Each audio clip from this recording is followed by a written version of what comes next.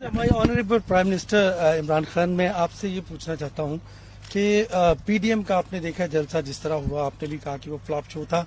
उसके बाद अब लॉन्ग मार्च की भी तैयारी है, रिजाइन का भी आपसे मुतालबा किया है, आपने भी धरना दिया था और आखिर पे मुज़ाकरात ही करने पड़े, मुज़ाकरात की टेबल पे ही आए आप। आपका मुतालबा कुछ और तरह का था, इनके मुतालिबात आपकी समझ में इनके क्या मुतालिबात हैं और इसका अंजाम आप क्या देख रहे हैं? और दूसरा, आप ग्राउंड आपके लिए अगर ये क्लियर है तो आप शिफ्ट किस पे करेंगे? डेवलपमेंट होगी अगले 2 साल या कि इकोनॉमिकल रिफॉर्म्स, और किसके ऊपर आप फोकस कर रहे हैं?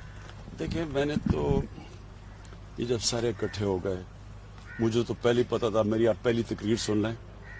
मेरी जो पहली तकरीर थी 2.25 साल पहले, जब प्राइम मिनिस्टर बना, मैंने कहा 2 चीजें की। मैंने कहा ये सारे इकट्ठे हो जाएंगे, जब हम करप्शन के ऊपर हाथ डालेंगे ये सब इकट्ठे हो जाएंगे। और मैंने कहा कि ये सारे कभी झुमरियत की बात करेंगे। वो मेरी तकरीर अवेलेबल है, वो कभी चलाएं लोगों के सामने। तो वही एपीडीएम डेमोक्रेटिक मूवमेंट बन गई, वो मैंने कहा था। और मैंने फिर ये कहा था कि इनके जो मफादात हैं वो पाकिस्तान के मफादात के मुतजाद हैं, ये ऑपोजिट है। ये जो चाह रहे हैं वो जब अगर हम वो कर दें, यानी कि इन चोरों को, इनकी हम चोरी, जो कि पहले बने हुए केसेस हैं, हमने केसेस नहीं बनाए, इन सब के केसेस पहले के बने हुए हैं।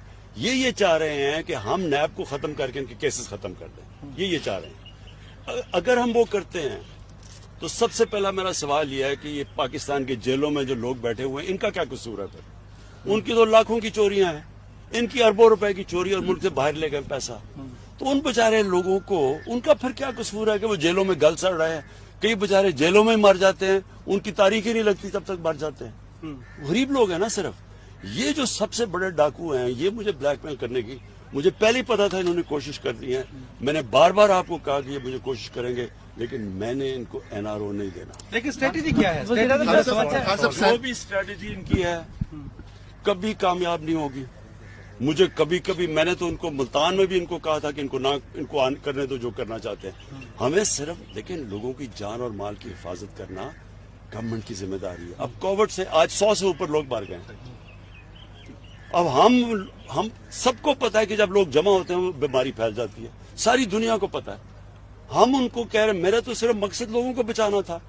अगर इनके जलसे, ये अगर 10 जलसे भी करें ना, मैं आपको साबित करके दिखाऊंगा। 1 जलसा करूंगा, इन सारे 10 से क्यों होगा? क्योंकि मैं करता हूं पाकिस्तानी कौम के फायदे के लिए जलसा। मैं जलसा करता हूं जब पाकिस्तानी कौम का पैसा चोरी हो, या मैं चाहता हूं कि इलेक्शन के अंदर रिफॉर्म्स हो। ये कर रहे हैं अपनी चोरी बचाने के लिए। कभी पब्लिक चोरों के लिए नहीं निकलेगी, मेरे से ये लिख लें। कभी कौम लोगों के, वो बाहर डाकू सारे बाहर बैठ के जाके वहां लंदन की वो शॉपिंग कर रहा है, खाने खा रहा है, और यहाँ कह रहा है लोगों को कि आप सड़कों पे निकलो और मेरी चोरी बचाओ। लोग बेवकूफ हैं।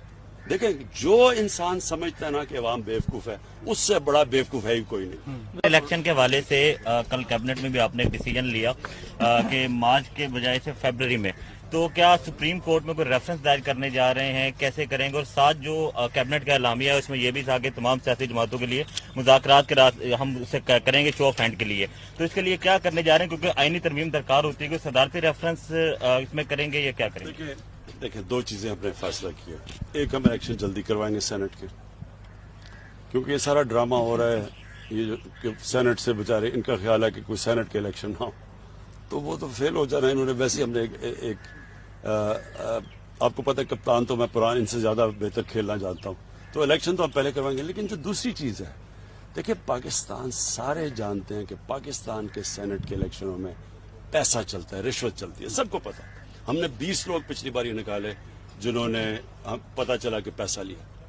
इसलिए हम शो ऑफ हैंड्स के ऊपर जा रहे हैं।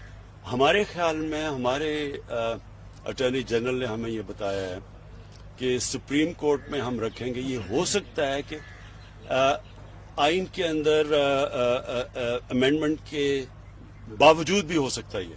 इसलिए हम सुप्रीम कोर्ट के पास जा रहे हैं। और हम सिर्फ इसलिए जा रहे हैं कि इस मुल्क में सबको जब पता है कि रिश्वत चलती है सेनेट इलेक्शन में, तो डेमोक्रेसी तो ये कहती है कि शो ऑफ हैंड्स करें, जो जिसके ज्यादा वोट्स हैं वो चीजें। हालांकि सिटिंग गवर्नमेंट के लिए आसान होता है, हम आराम से, अगर हम चाहें, इसलिए तो किसी सिटिंग गवर्नमेंट ने किया नहीं है, हम चाहें तो हम ज्यादा अपनी جتنے ہمارے ممبر سے زیادہ ہم سینیٹرز بنا سکتے ہیں کیونکہ ہمارے پاس پاور زیادہ ہے. لیکن ملک کے لیے برا ہے کہ رشوت چلتی ہے اور وہ لوگ سینیٹ پہ پیسے دے کے آ جاتے ہیں. اس لیے ہم کہہ رہے ہیں شو آف ہینڈز پہ ہے. فرانس میں کہا گیا کہ اب مذاکرات کا وقت گزر چکا ہے, آپ سے مذاکرات کر نہیں رہے, یہ کس سے کرنا چاہتے ہیں مذاکرات, کس کے لیے وقت؟ میں نے تو سب سے پہلے ان کو کہا کہ ہم رکے, ہم نے کب کہا کہ نہیں کرتے مذاکرات؟ نیشنل ڈائیلاگ کی پیشکش کو وہ سمجھ رہے ہیں. نہیں, ہم نے کب کہا؟ دیکھیں پارلیمنٹ کا مطلب ہی ہوتا ہے کہ ساری باتیں پارلیمنٹ میں ہوتی ہیں.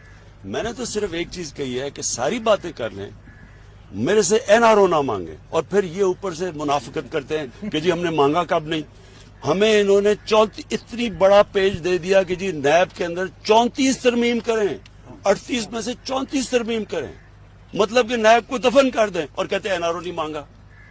کوئی درمیانی راستہ لانگ مارچ سے کس حد تک خطرہ ہے؟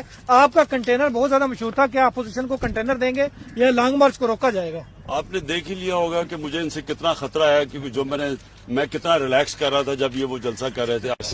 اچھا پرائم منسٹر, یہ بتائیں کہ خیبر پختونخوا میں آپ کی گورنمنٹ پچھلا دور بھی تھا, آج ہم نے دورہ کیا اسپتالوں کا, ہم نے دیکھا کہ پرائیویٹ اسپتالوں میں ہیلتھ کارڈ سے لوگوں کا فری علاج ہو رہا ہے. تو اب آپ کا کیا پلان ہے کہ یہ جو ہیلتھ کارڈ ہے اور اسپیشلی ایجوکیشن اور ہیلتھ آپ کی ظاہر پرائرٹی بھی ہے, تو اس میں فیوچر کا کیا آپ کے پلانز ہیں؟ دیکھیں, ہیلتھ کارڈ کے دو میں آپ کو فائدے بتاؤں. سب سے پہلے تو ایک غریب گھرانے کے اندر جب بیماری آتی ہے نا, تو ساری دنیا کی ریسرچ یہ بتاتی ہے کہ وہ گھرانہ سارا ہی غربت کی لکیر سے نیچے چلا جاتا ہے. سفید پوش لوگ بھی ہوتے ہیں, ان کے گھر میں کئی دفعہ بیماری آتی ہے تو ان کے بھی حالات ایسے ہو جاتے ہیں کہ وہ مقروض ہو جاتے ہیں.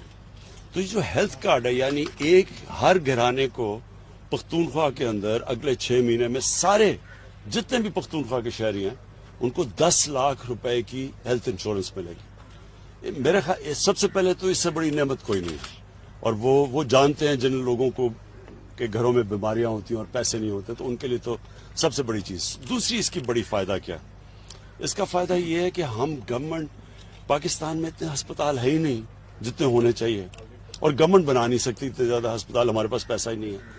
تو یہ ہیلتھ کارڈ کی وجہ سے پرائیویٹ سیکٹر کو اب ہم انکریج کر رہے ہیں کہ آگے ہاسپٹلس بنائیں.